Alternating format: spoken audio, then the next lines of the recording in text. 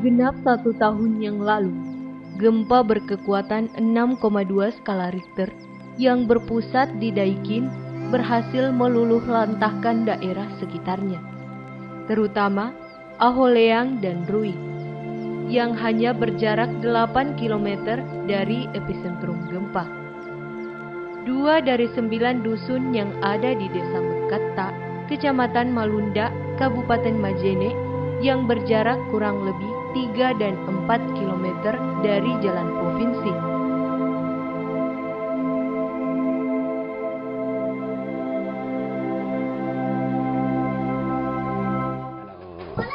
Pada saat awal gempa kan ada 2 kali goncangan yang sangat keras begitu. Iya Pak. Iya. Yang pertama itu kan di siang hari. Ya di siang. Sekarang kita ada di rumah pada saat itu. Jadi pada saat gempa kita ya punya apa namanya kaget. Ya. Iya. Jadi ya, masing-masing kita urusi keluarga lah seperti itu. Jadi malamnya itu kan ada informasi bahwa pasti ada susulan yang lebih besar dari itu. Oh, berarti sebelumnya itu sudah ada informasi ya, ada Pak? Informasi. Setelah kejadian siang itu? Dari dusun ke dusun, dari informasi dari pihak pemerintah di desa begitu juga. Jadi makanya pada saat itu memang kita tidak keluar dari rumah. Iya. Tapi kita cari posisi yang rumah bagaimana yang tidak, artinya yang tidak ada temboknya begitu kan. Iya, Pak. Di awal itu di atas kan ada beberapa rumah panggung, kemudian ada juga rumah batu tapi artinya dindingnya dinding kayu seperti itu. Iya. Jadi makanya kita pilih satu rumah, kita artinya berkumpul di situ. Iya. Dan satu dusun itu ada 3 titik sebenarnya. Ada di ujung, di tengah, kemudian di ujung lagi satu. Iya. Jadi pada saat itu malamnya itu ya, tiba-tiba ada getaran yang begitu dahsyat, baru kita keluar. Karena kenapa kita keluar? Karena itu rumah betul-betul kita yang dikagetkan karena sudah menurun dia. Oh, berarti seandainya longsor kita terjebak semua di situ. Jadi makanya kita lari keluar, sampai keluar kita ambil posisi berkumpul di situ. Makanya kita mengurusi bareng-bareng lah seperti itu di depan rumah, tidak masuk lagi di dalam rumah karena sudah takut betul itu karena sudah goncang-goncangan terus. Jadi terima kasih untuk Manmesa Studio atas kepekaannya terhadap korban, terhadap wilayah bencana yang memang epicentrum dari dusun Aholeang itu berjarak 8 km. Mungkin itu yang pertama. Selanjutnya CKCK. Nama yang lucu juga. Tim CKCK berawal dari kepekaan teman-teman, kepekaan beberapa mahasiswa, pemuda, masyarakat terlibat, berangkat di 1 hari setelah gempa. Tentunya setelah mengamankan keluarga terlebih dahulu. Selanjutnya, mengapa Aholeang dan Rui? Mengapa Aholeang dan Rui menjadi pokok utama dari tim CKCK? Ya. Ada sedikit cerita bahwa Aholeang ini ialah perkampungan di atas goa. Ya. Aho ialah di atas, sedangkan Leang ialah goa, perkampungan di atas goa. Jadi pada saat gempa terlintas beberapa di pikiran teman-teman, wih, Aholeang, dia pemukiman di atas goa. Hari Minggu langsung teman-teman berangkat dari Banggai menuju ke tempat ini. Pada saat gempa itu saya di rumah. Oke, mama itu sudah panik, bahkan roboh sudah belakang rumah itu, mama bahkan kena runtuhan tembok. Saya bilang sudah jalan. Jadi mama keluar rumah, saya masih di situ. Jaga kampung karena kampung sudah sepi. Yang saya pikirkan lagi ini adalah orang-orang yang masuk ya garong lah, ya ini pencuri ya. Maksudnya yang akan ini. Jadi saya menjaga gangguan kamtipmas yang ada di desa ini. Nanti siang harinya itu tepat hari Jumat, jam-jam 8 pagi itu baru ada berita masuk bahwa kepala desa Mekatta meninggal dunia. Saya malah nggak percaya, pada nggak mungkin. Saya tadi malam komunikasi. Nggak mungkin, karena beliau juga kan sangat aktif pada saat itu waktu masih ini untuk pengungsinya itu jangan ada di dalam rumah ya. Justru ya mungkin ajalnya justru dia yang malah tertimpa sehingga meninggal dunia. Ya nanti siangnya baru saya ketemu di sini sekitar jam 11 sebelum dikebumikan. Baru saya tahu ternyata bukan hanya kepala desa meninggal, tetapi ada beberapa itu hari itu kalau tidak salah 8 atau 9 ya, meninggal dunia warga desa di Mekata ini. Kalau kita di atas kita tinggal 3 hari. Oh, sempat 3 hari dulu Sempat di 3 hari. kampung, Pak. Artinya kan kita terjebak sebenarnya. Karena kan kita jalan utamanya menuju ke Aholean ke Mekata. Jadi kan pas di situ di pertengahan kita terhalang dengan longsoran. Jadi makanya kita terjebak di sana. Mau lari ke Maliaya juga kita takutnya karena di situ kan agak-agak rawan juga ke sana. Banyak gua-gua di situ. Kemudian tebing-tebing juga banyak. Jadi makanya diam di situ 3 hari.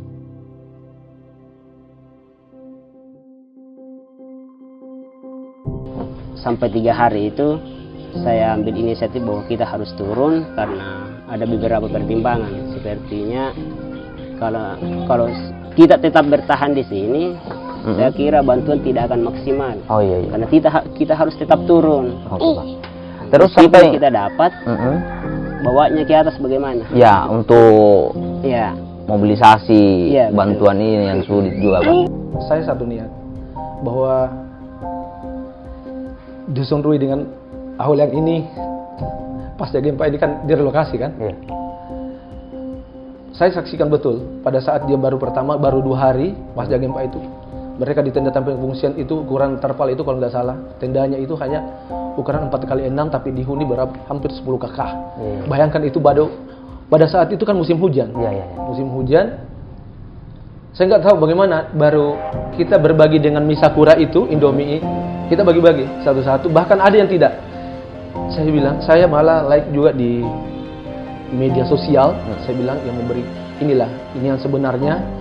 Saya tidak merekayasa sesuatu bahwa inilah pusat gempa di Desa Mekata. Karena pengungsi Aholean dan Rui ini kan sudah direlokasi. Di lokasi ini mereka ini kayak anak ayam sudah kehilangan induk. Jadi berbencar. 2 hari setelah bencana, 2 hari setelah gempa epicentrum 8 km dari Aholean ini, yang pertama ialah air bersih. Air bersih. Yang kedua ialah hunian. Tempat tinggal ya. Itu yang 2 kendala di saat awal-awal gempa. Karena kalau bicara makanan pokok, masyarakat masih bisa mengandalkan hasil panen mereka. Ubi, padi ladang, dan lain-lain. Sedangkan air bersih itu masih susah untuk diakses. Dan sampai hari ini minus 3 hari untuk 1 tahun ya. Kendalanya masih seperti itu. Trauma yang dirasakan masyarakat dan ketidaklayakan dusun untuk kembali dihuni memaksa masyarakat bertahan di pengungsian dengan fasilitas yang serba terbatas.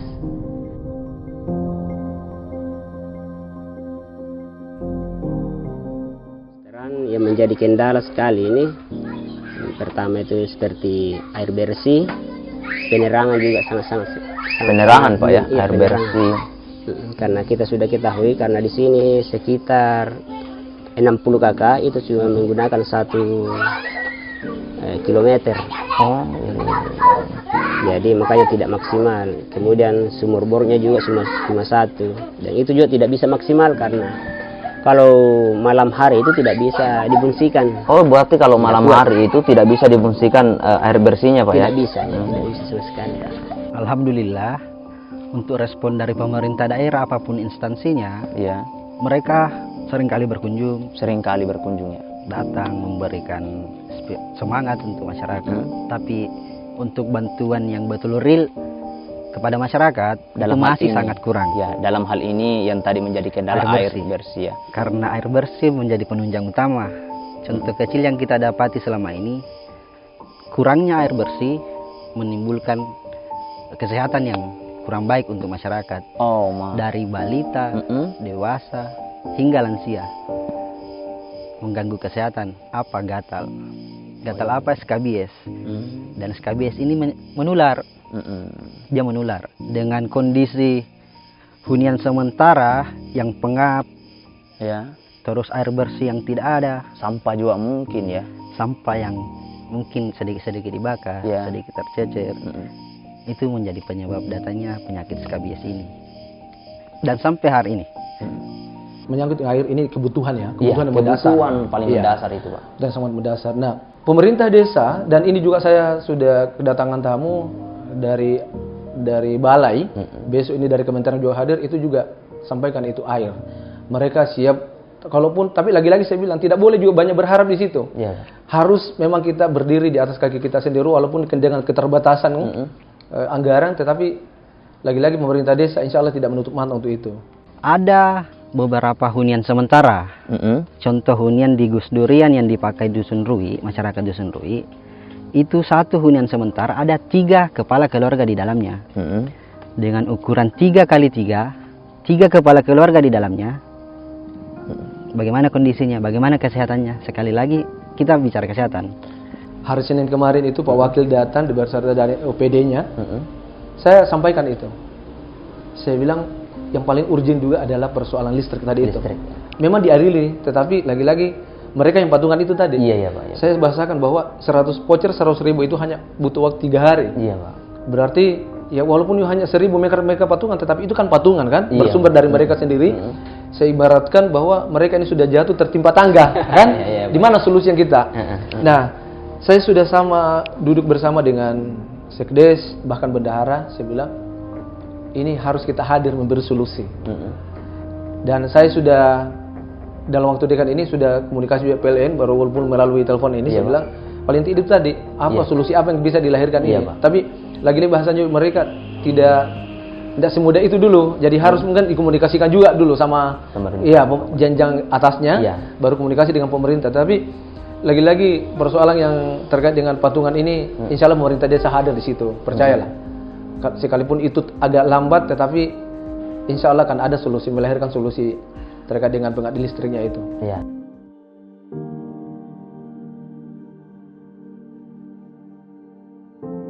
Berdasarkan Undang-Undang Nomor 6 Tahun 2014 tentang desa, kepala desa diberi kewenangan untuk mengelola sendiri. Iya, Pak. Salah satunya itu tadi penyediaan air bersih. Iya, Pak. Iya, Pak. Kalau tidak, lagi-lagi saya bilang komunikasi kita ke Pemda. Kalau Pemda sudah iya dan dari yang lain sudah juga angkat tangan, maka desa juga lagi-lagi hadir di situ memberi solusi. Saya niatan sekarang ini kalau tidak menunggu hari esok, ini hari saya bangun seandainya kalau punya keuangan desa sudah memadai, kenapa tidak?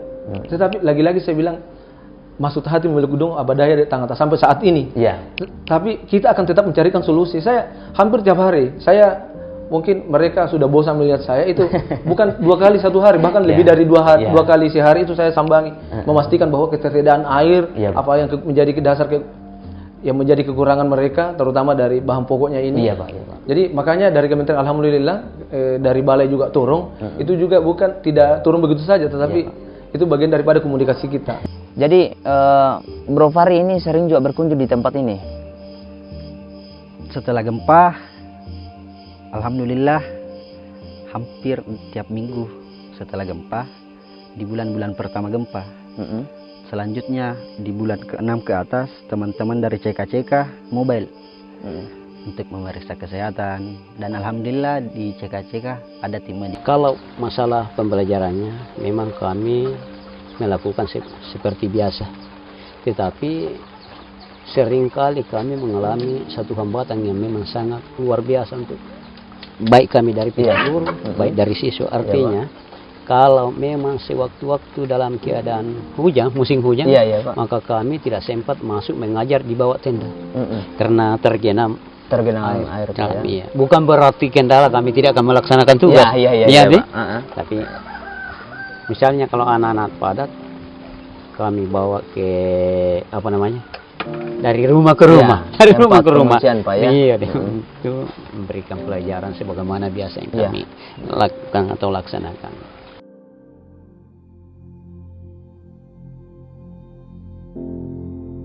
Ayo melihat bencana kemarin ayo melihat mereka siapa yang benar terdampak, siapa yang harus menjadi prioritas, mana yang benar-benar membutuhkan. Karena jujur kami kecewa, kami dilema bahkan teman-teman sedih.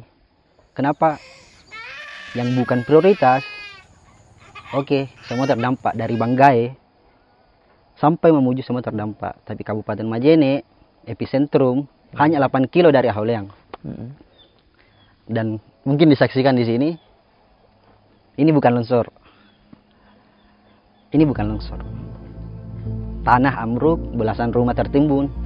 Satu keluarga belum ditemukan hingga hari ini. Sampai detik ini belum ditemukan. Dan kenapa bukan mereka yang prioritas? Kenapa air bersih masih susah untuk mereka? Kenapa hunian dari pemerintah tidak ada yang masuk?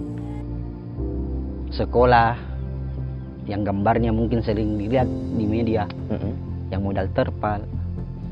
Hunian sementara yang hanya beberapa dan yang lainnya memakai terpal. Jadi harapan kami mohon untuk selesaikan persoalan air bersih terlebih dahulu. Selanjutnya beri mereka hunian sementara untuk masyarakat atau orang tua kita yang masih tinggal di terpal. Ini dua menjadi poin utama. Selama mereka masih di pengungsian, selama mereka tidak menerima rumah yang layak, mohon untuk iuran atau tagihan listrik itu bisa dibebankan kepada pemerintah sebagai kebutuhan dasar masyarakat yang terkena bencana. Karena saya rasa negara mengatur itu. Harapan saya ya pemerintah daerah sampai pusat, baik kementerian yang terkait, ya kiranya betul-betul memberikan perhatian yang serius. Kalau perlu ada skala prioritas, terutama di 2 dusun ini. Saya sudah berulang kali juga sampaikan bahwa apakah tidak memungkinkan dari dinas terkait ini, kan berkas kami sudah lengkap, tidak bisa diangkat, artinya masuk kategori tahap 1 ya. Tetapi jawabannya juga sampai saat ini ya masih mengambang ya, belum ada aktualisasi daripada pertanyaan saya, sehingga saya bilang ya ini menunggu lagi realisasi besok. Jadi harapan saya mulai dari pemerintah daerah sampai pusat, tolonglah perhatikan warga kami, karena bukan kami berdampak, tetapi kamilah pusatnya gempa. Terutama mereka yang di 2 dusun ini, warga saya 2 dusun, Aholeang dan Rui ini, mereka tidak pernah lagi kembali untuk bermalam di perkampungan sebelumnya karena tidak layak lagi dan memang bukan lagi perkampungan sekarang. Kembali bicara harapan, kenapa tidak kita berikan lahan yang lebih untuk masyarakat penyintas? Mungkin satu luas lapangan sepak. Lapangan sepak fungsinya untuk bermain anak, untuk kegiatan masyarakat, mungkin perkawinan, acara adat, dan yang paling penting lapangan bisa menjadi daerah mitigasi. Harapan saya ini, pokoknya jangan lagi ditunda lah ya. Jangan lagi ditunda. Kalaupun tidak bisa diselesaikan oleh pihak terkait yang istilahnya di atas kita, ya mungkin pihak desa yang itu sudah pasti. Amanah undang-undang itu tidak boleh ditawar. Siap. Jadi semoga setelah adanya video ini bisa pemerintah atau pihak yang punya wewenang bisa menyelesaikan persoalan-persoalan yang ada di tempat ini. Semoga, Pak. Rumah adalah kebutuhan dasariah setiap makhluk hidup dan menjadi salah satu penunjang utama untuk dapat menjalani hidup yang layak. Bukan sekedar tempat bernaung dan berlindung, tapi juga menjadi tempat pertama peradaban untuk menyongsong hidup, asa, dan harapan terhadap rumah dan kampung halaman. Rumah kita, Aholeang, dan Rui.